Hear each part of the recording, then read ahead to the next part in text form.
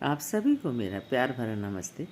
छोटों को बहुत बहुत आशीर्वाद। जैसा कि आप देख रहे हैं, दिल्ली का चुनाव आ रहा है और चुनाव में इस ठग को अब चिंता सता रही है कि अब दिल्ली का जो परीक्षा मैंने दी है, दिल्ली के कामों की जो लिस्ट दी थी और जो मैं एग्ज़ाम में लिख कर आया हूँ, उसका अब जनता रिजल्ट देने वाली है। तो इसलिए बहुत डरे हुए हैं और उस डर का कारण भी सही है, क्योंकि कुछ किया ही नहीं है 10 साल में। और कांग्रेस को हराकर, क्योंकि कांग्रेस दिल्ली में निष्क्रिय पड़ी थी, जिसको हराकर इन्होंने सत्ता पाई थी, तो कांग्रेस को अब चेतना आ गई है और वो काम करना चाह रही है और इसके खिलाफ खड़ी भी हो रही है। तो इनकी चिंता वाजिब है। कांग्रेस का भी अपना इतिहास रहा है, चाहे कैसी भी है, लेकिन इससे ठग से बहुत अच्छी है।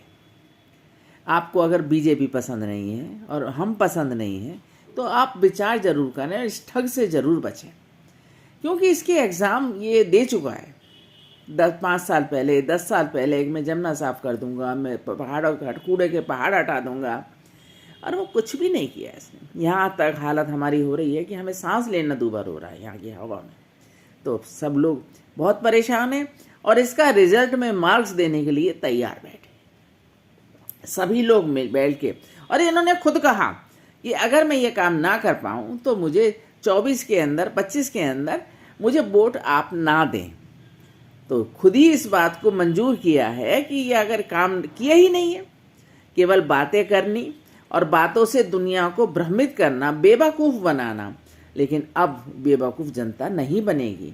पंजाब में देख कर आए, 22 के अंदर वो 1000 रुपये के लिए फॉर्म भरे हैं, बाकायदा साइन हुए हैं, और आज 3 साल हो गए, किसी को 1 पैसा नहीं मिला। ये जो 2100 रुपये की बात करते हैं, इनको मालूम है 2100 रुपये देने से बजट पर कितना फर्क पड़ेगा? और ये पैसा कहाँ से लाएंगे? किसके यहाँ डकैती डालेंगे जो पैसा आएगा और ये जनता को बांटेंगे? कुछ नहीं बांटेंगे। जिसने फ्री की योजना, आयुष्मान योजना, जो मोदी जी ने काफी समय पहले से चालू कर रखी है, दिल्ली में लागू नहीं होने दी। क्यों भाई? और आज अपने जो है लेकर आए हैं। अरे तुम्हें उस योजना में क्या दिक्कत थी जिसमें तुम्हें कुछ करना ही नहीं पड़ रहा था? केंद्र की योजना थी। तो आज इनके पास जब कंगाली की कगार पर खड़ी है दिल्ली का बजट और दिल्ली का जो हमारा पैसा है, सब जगह कर्ज में डूबा पड़ा है, चाहे डीटीसी हो, चाहे हमारी बिजली डिपार्टमेंट हो, चाहे पानी का डिपार्टमेंट हो। जो भी पार्टी सत्ता में आएगी उसको बहुत मुश्किलों का सामना करना पड़ेगा, क्योंकि इसने कर्ज में सर तक डुबो रखा है सबको।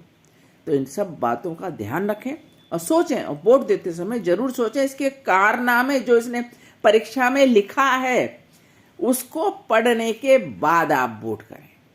मुझे सुनने के लिए आपका बहुत बहुत धन्यवाद। मैं सुमन गुप्ता, दिल्ली से। ओम शांति।